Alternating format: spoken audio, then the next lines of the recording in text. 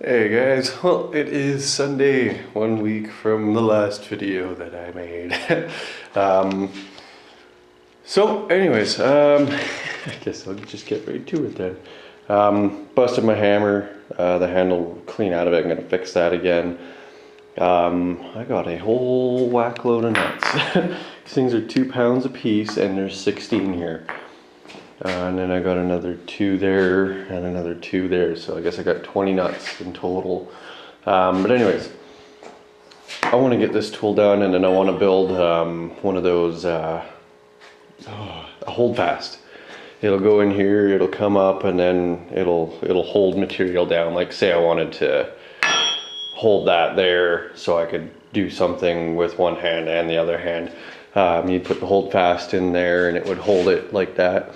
Give it a bit of a tap and it would lock it into place, and then this would be pretty much stationary. So Holdfast, building one of those, and I'm building my Hardy hole punch tool. But first I got to fix my hammer, so I will do that. Yeah, it is, I think it's about 7 degrees out right now. Yeah. So, anyways, I'll get the hammer started. Well guys, I'm gonna afford ramp to open this up a bit more, so, cause that's tiny, that's freaking small. So I'm having to shave down like over half of the freaking hammer material. This still is way too big to fit, so I wanna open up the hammer a bit, so I'm gonna forge that piece in there to be able to open this up. I already tested this with my file and it digs in, so it's not heat treated. So yeah, I'll open this up a bit, I'll set the handle, and then yeah, we'll be golden.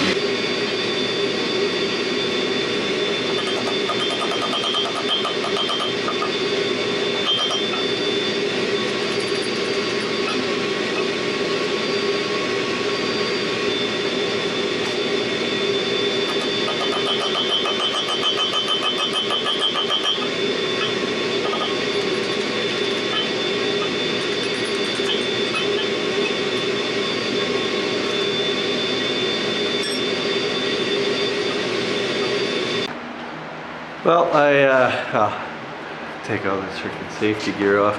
Just finished the hammer. I opened it up quite a bit more actually. It's a freaking lot narrower now. I tried to stamp it. My backup battery is dead. You can kind of see my stamp right there. I've used that symbol for probably the past 10 years. But I need to remake that punch. It's not doing so good. I need to make it just deeper. But anyways, have my hammer back. Hopefully I don't break the handle off of this one. But I started using my cross peen, and guess what? I broke that handle off too. So I don't know what the hell. Like, I don't understand it. Friggin', yeah. I got like 4 good hits off of this, and then it friggin' splintered and just destroyed itself. So maybe I will fix this one too, because it's, oh, I was so close to making a metal handle again. If I break this hammer, I might just do that. But the nice thing about the wood is it somewhat dampens the vibration, because right here on these 2 fingers, the back of my hand is freaking, it's been hurting since I started forging, and it's hard on my wrists and stuff too. So I am working on coming up with a design to build a power hammer, which is going to go right where the tires and the dirt bike is. So I think Monday being tomorrow, I've got a little bit of running around to do, and then I'll have a nice new surprise. And then this view makes my head look tiny. It's such my head. But anyways, yeah. once I get that, then I will be able to get other things. So that's a little bit of a hint for you guys. But anyways, yeah, it's starting to freaking hurt already. I'm going to start working on smashing that hardy hole stock that I've got down to hardy hole size, and then I will build that the hole punch tool, and I also want to get that Holdfast built as well. So probably make the Holdfast out of coil spring. I've got lots of that left. Well, lots of that left. I friggin' went and this is still that piece of coil spring that I was using. I built my tongs out of it. I built the punch out of it. This is more coil spring. I cut it in half with my plasma and dismantled it. That's the coil spring I got from the junkyard, and that's the other coil spring to match this one. So the one thing, oh, and then I got a leaf spring pack to match my other leaf springs behind my propane and stuff in the corner. But I'm thinking about building a tire hammer as a power hammer, and I'm really torn between a DuPont style linkage, which will use a coil spring, or I can't remember what the other kind was. Not the one that uses a leaf spring on top that pivots. It uses leaf springs bolted to the side of your hammer thing, I guess. I don't know the technical term for this stuff. Yeah, I don't know. But anyways, you cut the leaf springs in half and you bolt them to the side of your striking piece, and then you'll have a pair of shackles going from either side of the leaf spring that's facing outwards into a center point, which will go up and down and rotate on a tire. So the reason why I'm going with that style is because I can have it like freaking, I don't know, 4 feet by like, I don't know, 3 or 4 feet, and not super tall and not freaking 8 feet long.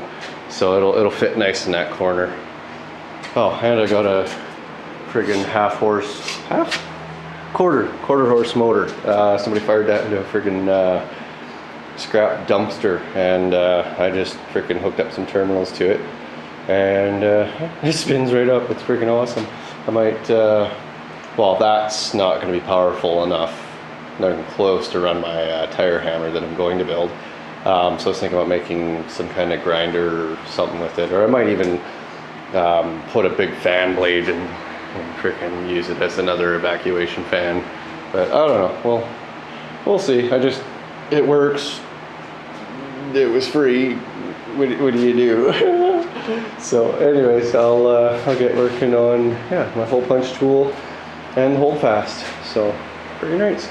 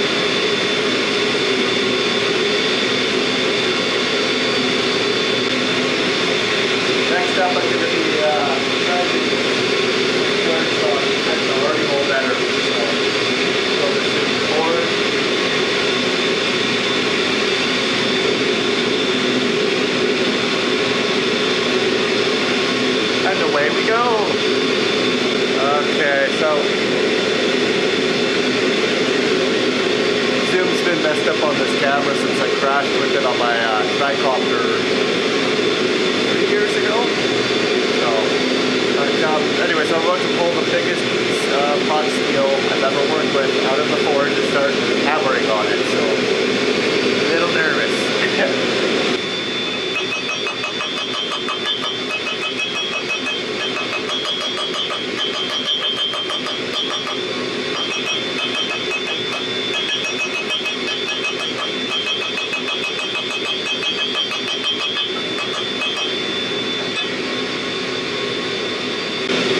This is where my power hammer would come in handy.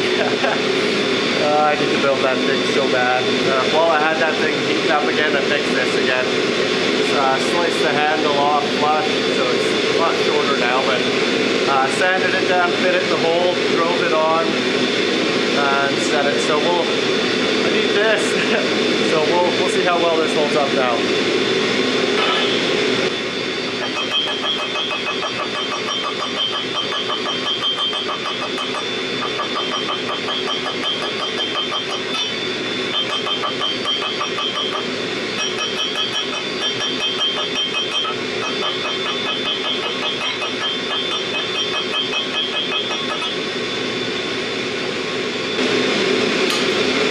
Getting there. That's a lot less work with this hammer, but holy, is that freaking hard on the forearms.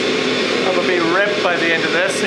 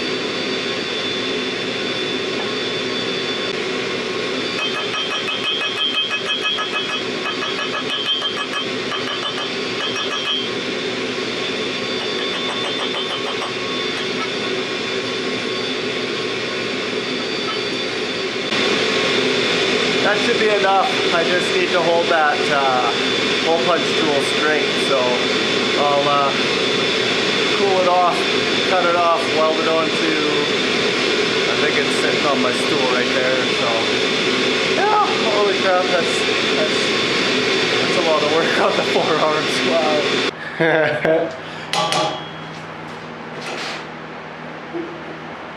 That works pretty good.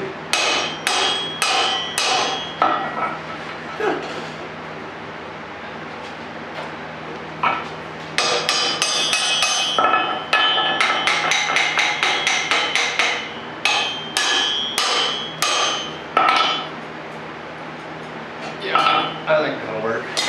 So I'll grab my angle grinder and lob it off right level with this mark that was made from when I drove it down. So I'll cut her off right there, and then yeah, friggin' we'll weld her onto yonder bit, and then yeah, we'll be ready to punch some holes. Maybe I'll build a new set of tongs, something a little beefier, a little wider, because this I could not grab that with my new tongs, or that with my new tongs.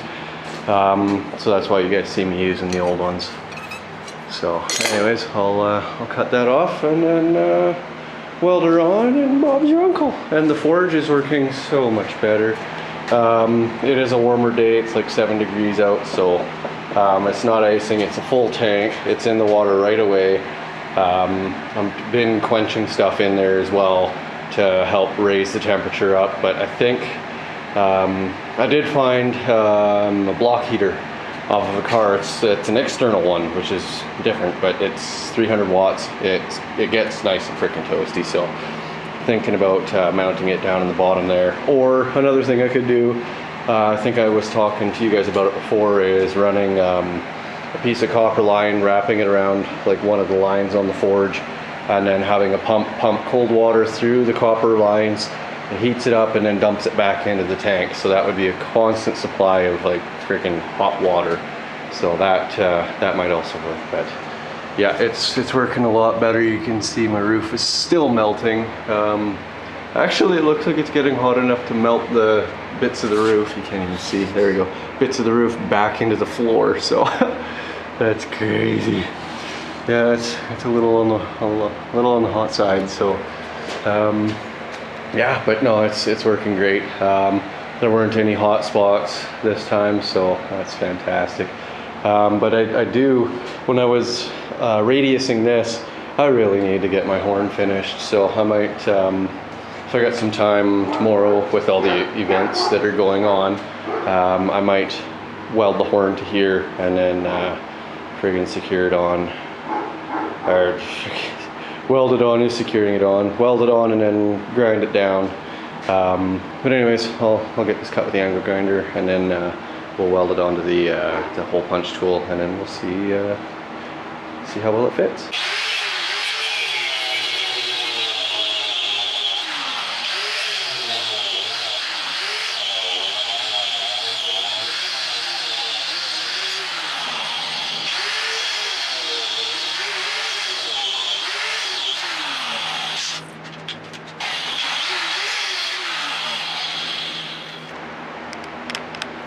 Not too bad. So I'll get this cleaned up. I'll bevel all the edges and then we'll get her welded on. So now we'll just see which way this fits best. Looks like that's it. Right there. So big hole towards the other big hole. So I got our piece all beveled down. So let's see what we can do.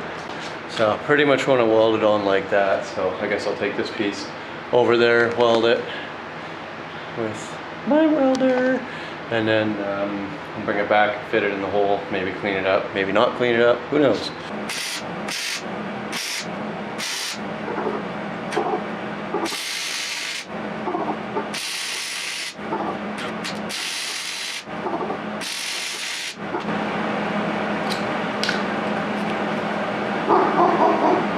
That should do it. Now we'll go test her out. Okay, moment of truth. Yeah, welds are out the way. So I'm gonna have to do a little bit of cleanup, knock some of these weld seams off, and then it should sit nice and flat. Yeah, actually you can see how much is gonna need to come off. So I'll clean this up a bit and then we'll fit her again.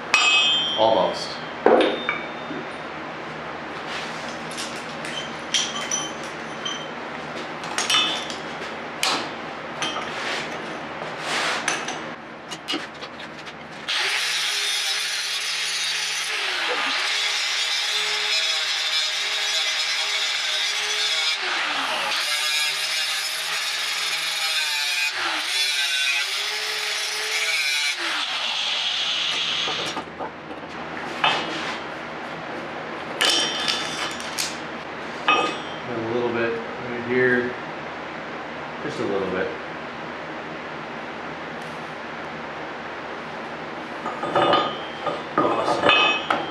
So I'll get that finished up here.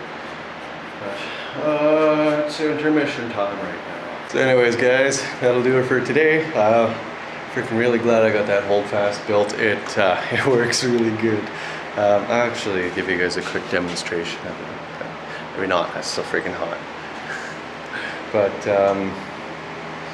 yeah, I'm sure you guys will see me freaking using it in the near future. So I really have to get that power hammer built. My arm is like just dead. So thanks for watching guys, and until next time, may the forge be with you.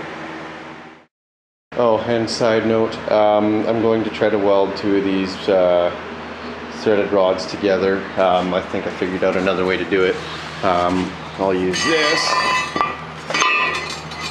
flipped up like that. Take two pieces, probably 1/2 inch. That might work. Something like that. Line up the two pieces. We'll just say that the seam is in the middle, and as long as I can spin the nut on here, transitioning the two pieces together, you know, I'll just freaking set it up and show you guys. Okay, now I got it set up. So I just tested this. This rotates, so probably end up tacking this plate to this plate to this nut to this plate, and this nut to this plate. And then what I'll do is I'll wind this all the way to one side after channeling or beveling both sides of this shaft. Wind this nut back once everything's properly lined up. Like you can still tweak one of the rods to get your freaking engagement right, and this seems to be about it.